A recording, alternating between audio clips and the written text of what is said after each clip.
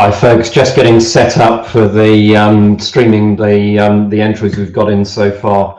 I've published a schedule in the Riot group, but basically we're going to go through each of the entries, have a little bit of time for Q&A at the end if anyone in the room's got questions about the entries, and then we'll go into a judging huddle and we'll announce the UK winners here straight after that.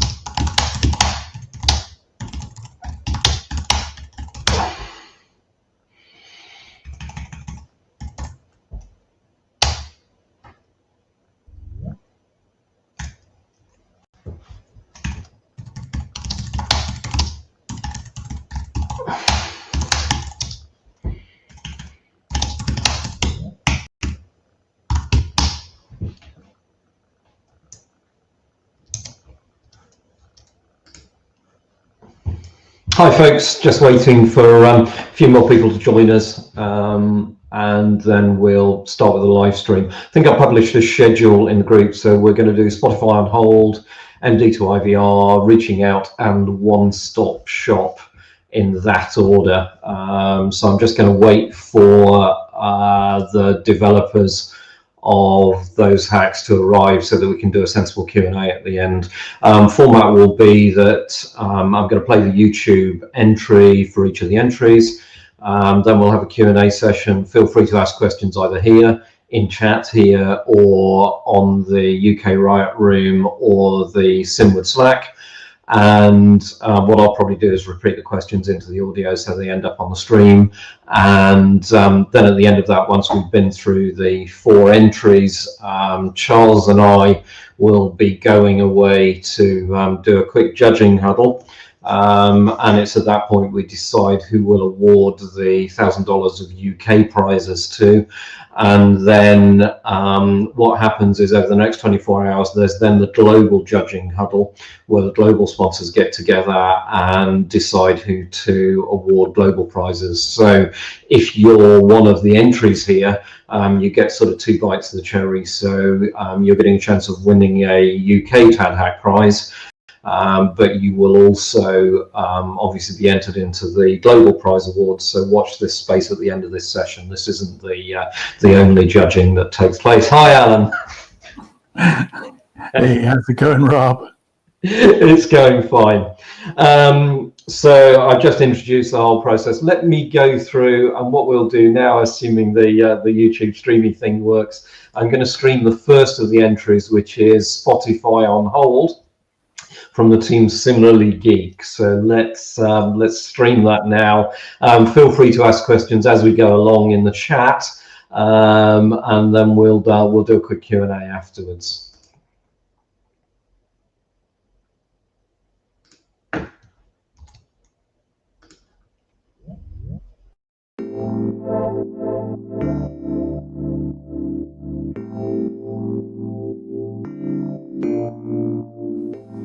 Hello, we are team Similarly Geeky, and this is our TADHack, which aims to banish this.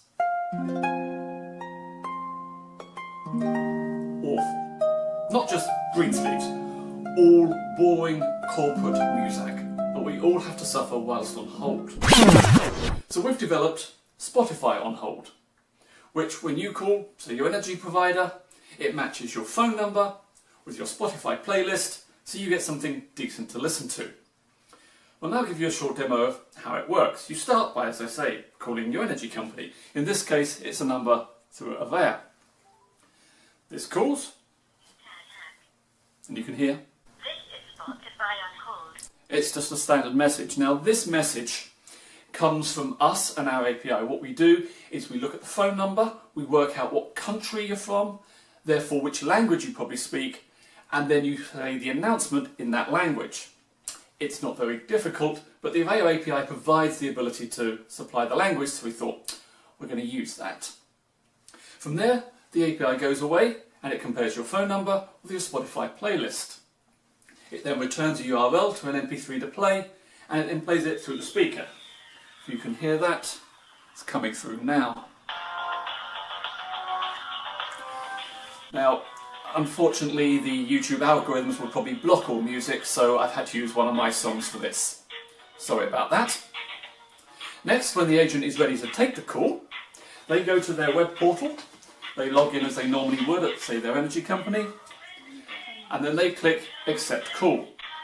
At this point, we play 1 second of silence, which is necessary to mute the original music. We play a message to say we're connecting, and then we dial. This is all interrupt through the Avaya API. That dial interrupt happens, and we get a call. Hello, you're through to Energy Company. Oh, hello, energy company.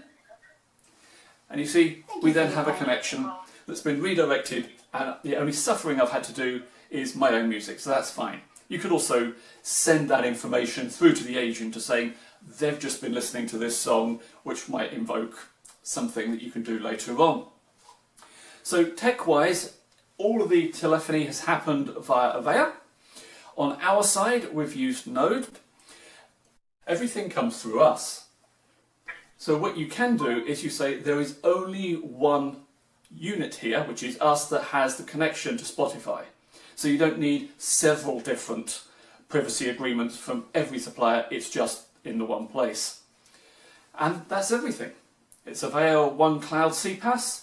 We're Simply Geeky, and this is Spotify on hold.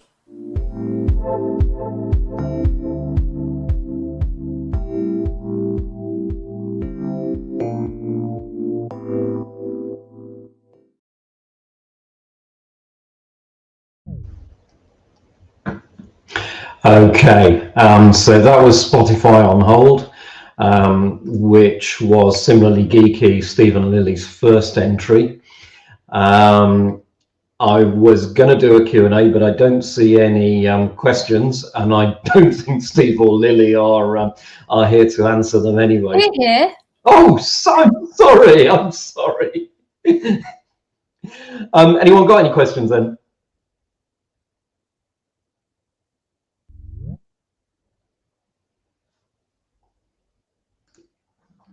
Okay, well, I have one if no one else does. Steve, you mentioned that at the start that you know what country the caller is coming from. Was that right? Does that mean that you're able to customize the whole music, the playlist that they get based on the locale they're coming from? Yeah, there's a library which I found to be running in Node. That's an NPM thing. And you just give it the phone number, and it says, oh, this is a mobile from the UK, or this is a landline from France, which you can then say, well, how do I want to affect this call? And we just put a thing in that would say, well, we'll change the greeting. But you could say, well, we'll use a different playlist. When we get through to the other side and we have the actual agent caller, we could say, well, we'll use this knowledge of the fact they're speaking French to say, well, we'll put you onto a French-speaking agent. So you've got the sort of the bilingual option, which is all something that can happen further down the line. But yes, you use it for changing the playlist, use it for changing the agent. You know, it's quite, having the phone number seems to be quite handy, very low-hanging fruit to determine something about a caller you originally know nothing about. Yeah. Okay, that's cool. That's really neat. Fantastic. It's a nice little hack, really, to stick in there. Pardon the pun. Brilliant hack. Has anyone got any other questions for Team Similarly Geeky? No questions, just Lily, Stephen, that was an excellent hack. Great demonstration of the API and a beautiful video to boot. Well done. Thanks, Alan. Yeah, awesome video production quality. Thanks, folks. Okay, let's move on to the next one up now, which will be MD2 IVR. So this is Matt's hack. Let's pull that one up.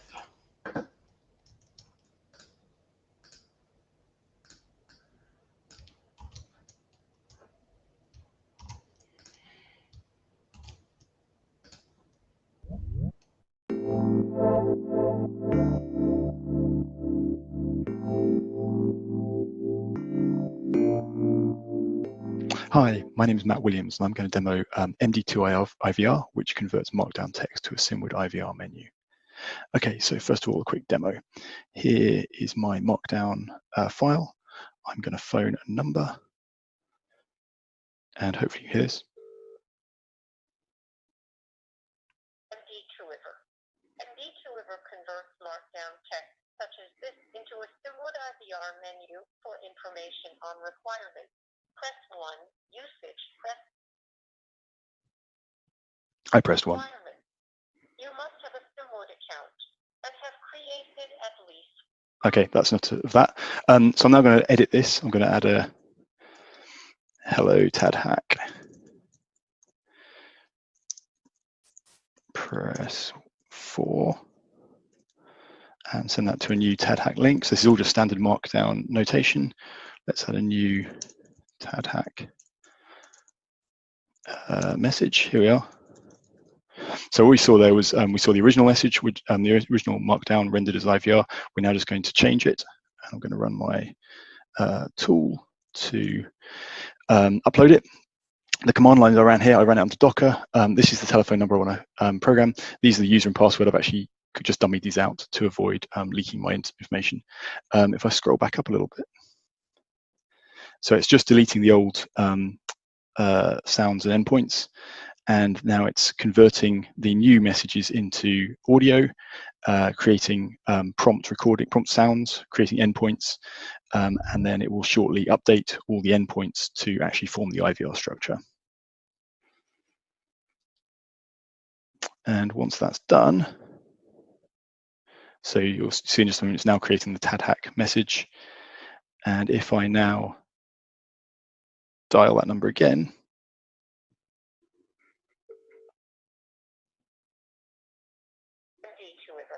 Hello, TADHack. Press 4.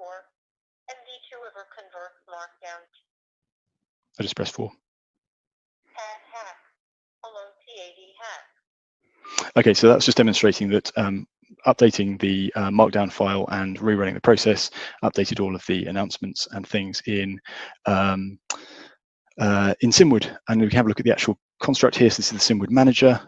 If I go to IVR menus, actually, so there's actually a bug in the IVR menu thing. I have to refresh to get an updated list because I've deleted and recreated. Here's the list, so I can see all the different IVR menus I could have gone into, and I can see in announcements all of the announcements that were created.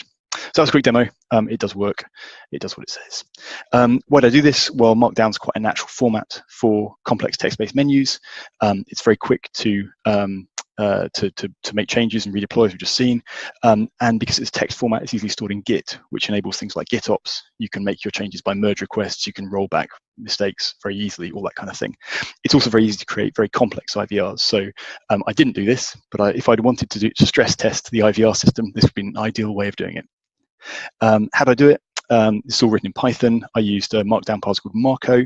I used Mozilla's Common Voice text-to-speech package, which is quite cool. It uses TensorFlow and stuff to do quite advanced audio text-to-speech conversion. I wrote my own Simwood client because there wasn't one in Python, and it's got various features. I'm also in the process of getting various updates made to the official Simwood API docs for things that I needed that were implemented but not documented. It's all packaged up as a Docker package because the dependencies are quite complicated, and the source is there. That was everything I had, so thank you.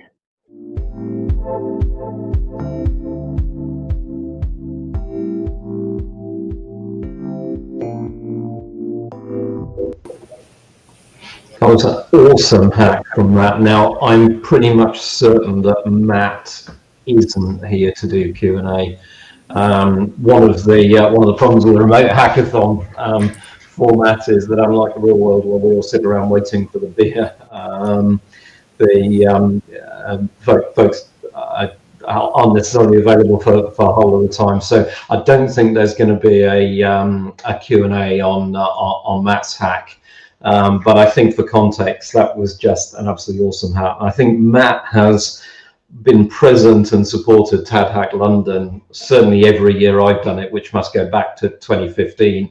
And a really neat hack from Matt there. So given we're not going to manage any Q&A, I think what I'm going to do now is move on to the next one up, which is reaching out.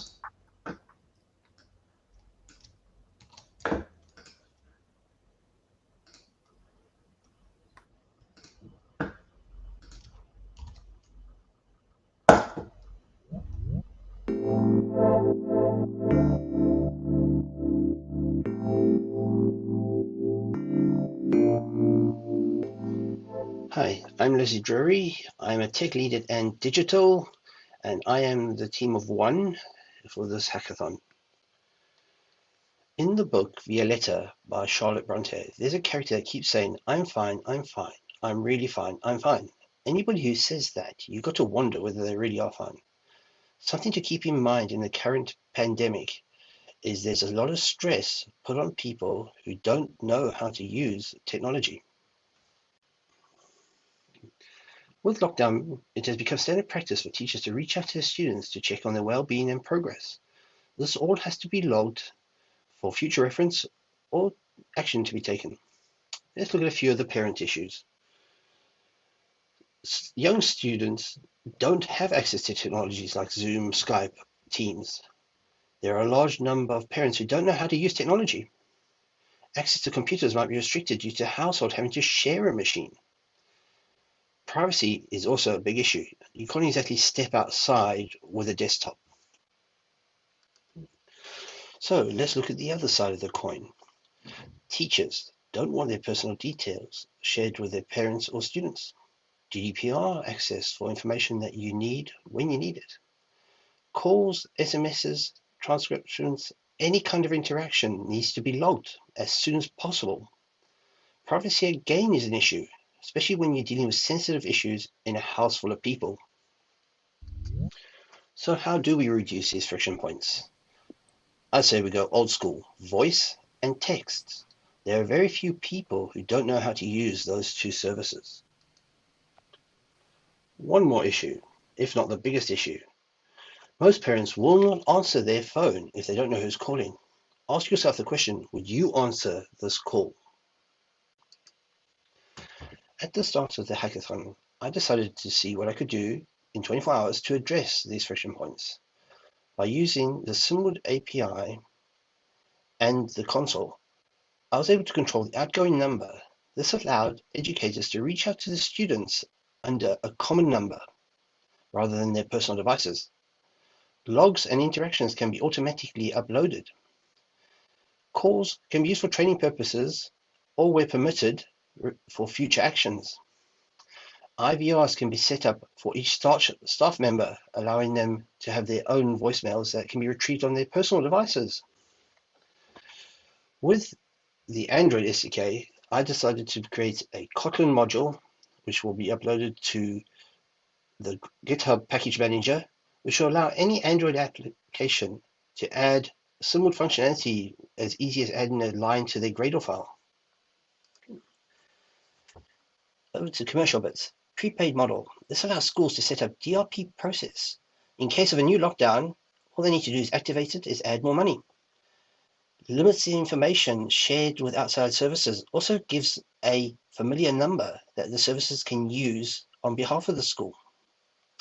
Staff can work with confidence knowing their details have been kept private, and traceability is key. So, what works? Account details and credit status, as you can see in the top bar. SMS being able to retrieve SMSs, seeing what the delivery statuses are, and being able to send SMSs. Kotlin SDK, this will be put into GitHub at the end of the hackathon and will be available to all developers. Right, over to the demo. Welcome to the Reach Out application using Simwood at TADHack2020. What we've done is we've wrapped the Simwood API in a Kotlin module, allowing us to deploy it to our package manager, probably going to be GitHub.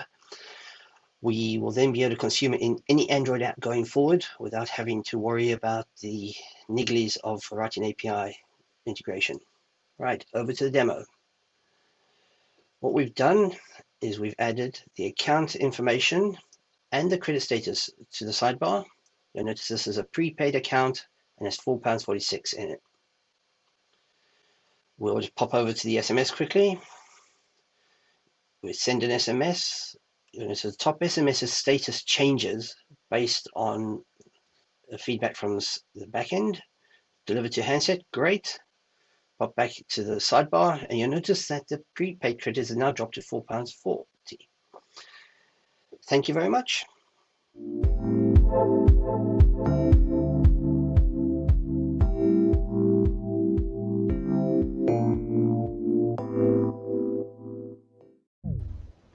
Well, it was an awesome hack from Leslie, who, as far as I know, is a first-time TADHack participant. Certainly seems to have been lots of work involved in that.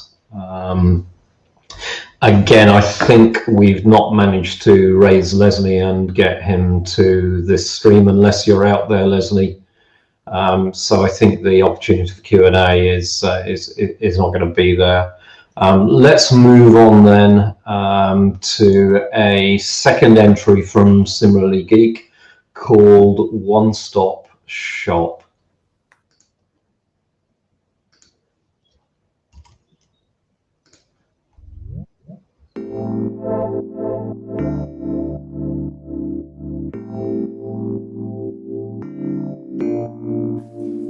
Hello, we are Team Similarly Geeky. Hello. And this is our hack for One Stop Shop. Trigger warning. This presentation may contain trigger words such as pandemic, lockdown, and in these uncertain times. So in these uncertain times, shopping is no longer a trivial thing.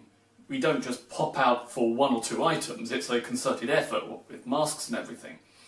So we have provided a to-do list, which is the shopping list idea, where anyone in your support bubble can add things to the shopping list, and you then have one designated shopper that goes out and gets everything for the group. One of the problems with this idea is that everyone within your group has different technology, or in some cases they have no technology. So we reduced it to the lowest common denominator, voice. Each part of the group would make a voice call to a number, and they would then use their voice to add things to the shopping list, which is held centrally in the cloud. So if, for example, you were to make a call and you wanted to add bread, you'll call the number. This happens to be an Avaya number. We have a direct link from Avaya to Dialogflow. Hello. Which list would you like to add to? Groceries. Okay, what do you need?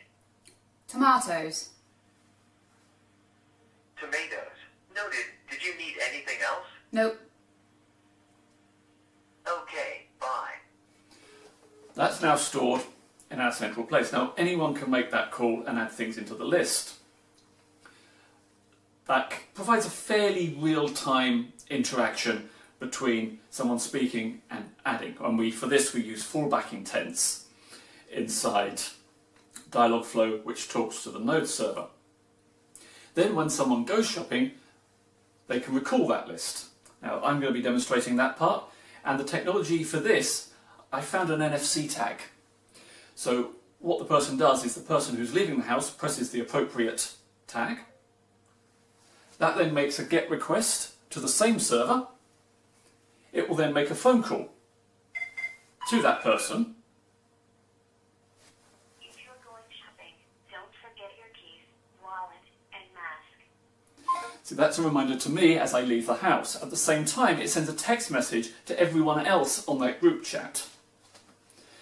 That text message handles the other problem of humans being forgetful. If you suddenly know, oh, they're going shopping now, that reminds me they better add something else.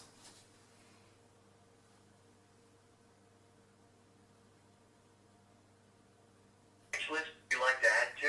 Groceries. Okay, what do you need? Wine. Wine. Noted. Did you need anything else? No. Okay, bye. So the reality is our shop is about 10 minutes away, but for the purpose of this video, we've shortened the wait to about 2 minutes. And there you have it. That's my phone beeped, and it says these are the items on your shopping list. Bread, tomatoes and wine. It's waited until I've got to the shop. It knows it's 10 minutes away, so there's just a timer, and it waits till you're there. So everyone on the support bubble group has a few minutes in which to respond, to realise what they've forgotten and add it to the list. And it works quite well. Tech-wise, as we say, it's the Avaya calling through to dialogue flow, and then when we call out again, as you see, we've got text messages from SIM-word and voice calls. And the hack seems to work quite well. We did find an issue with numbers not transcribing particularly well, so that needs a little bit of extra post-processing after the fact to get them from the word to, TWO, into the number 2, for example. That's where we say, what list are you on? It's the grocery list, rather than saying we need a PIN, an actual number. It's that shopping word, that grocery word, is our sort of password, as it were. Now, obviously, in the real world, every single support group would have their own phone number, and we've just got one here that we're demonstrating. So there you have it. No shouting upstairs, no social contact, and no scraps of paper to lose. And one rather timely TADHack. That's all from Simile Geeky for Britain's Got TADHack.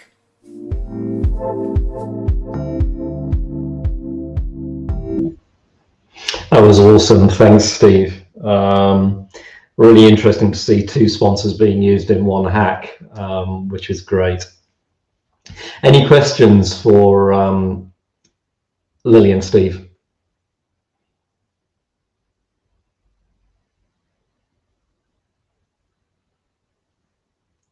Okay, well, I think that's the end of the presentation sessions. Just great to see so many interesting hacks in quite a difficult year. What we're going to do now is Charles from SIM-word and I are going to go off and do a judging huddle to work out how to allocate the UK virtual prize money.